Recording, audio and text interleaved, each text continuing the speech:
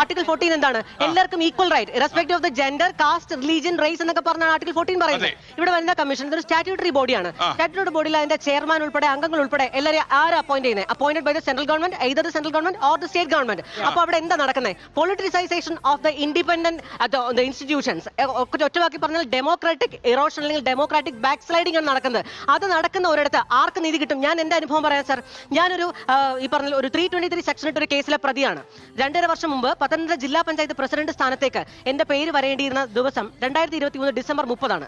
അവിടെ 2023 സാർ അന്ന് ഞങ്ങൾ ഒരുമിച്ച് സഹപ്രവർത്തകരായിരുന്നു. 2023 ഡിസംബർ 30 എന്റെ പേരിൽ പത്തനംതിട്ട ജില്ലാ പഞ്ചായത്തിലെ പ്രസിഡന്റ് സ്ഥാനം CPI എന്ന പാർട്ടി നേരത്തെ കൂടി തീരുമാനിച്ച് പറഞ്ഞിരുന്നത്. ഡിസംബർ 15 എന്റെ പേരിൽ FIR വരികയാണ്.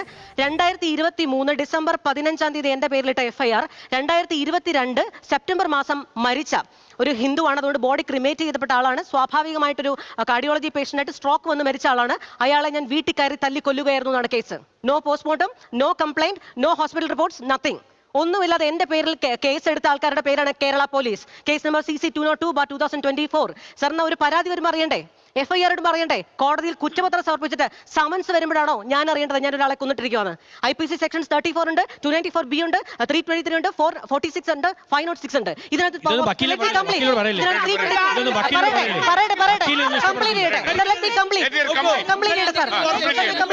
അങ്ങനെ കോടതിയിൽ കുറ്റപത്രം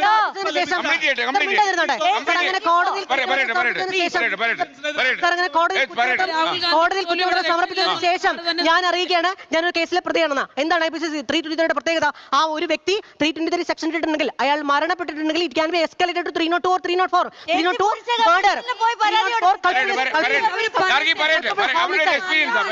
302 is murder, 304 is culpable homicide amounting to murder. ഈ പറയുന്ന സെക്ഷൻസിലേക്ക് എസ്കലേറ്റ് ചെയ്യപ്പെടാൻ പറ്റും. എനിക്കുണ്ടാവുന്ന അവസ്ഥ അയോഗ്യയാക്കപ്പെടാം, പിന്നീട് മത്സരിക്കാതിരിക്കാൻ കിട്ടും, ജീവിതം തന്നെ അവിടെ അവസാനിക്കുന്ന സിറ്റുവേഷൻ. ഈ കേസ് ആരാണ്? അത് പൊളിറ്റിക്കൽ ബാക്ക്ഗ്രൗണ്ട് ആയിരുന്നു. അതുകൊണ്ടാണ്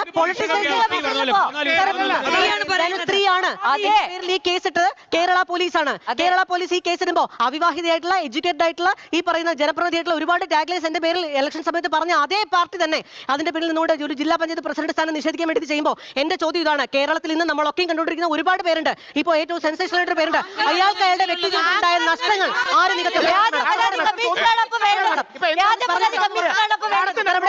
ഒരു സ്ത്രീക്കെതിരെ പോലും ഇത്രയും ദുരനുഭവങ്ങൾ ഉണ്ടാകുമ്പോൾ പുരുഷന്മാർക്ക് എത്രമാത്രമാണ് ദുരനുഭവം ഉണ്ടാകുക?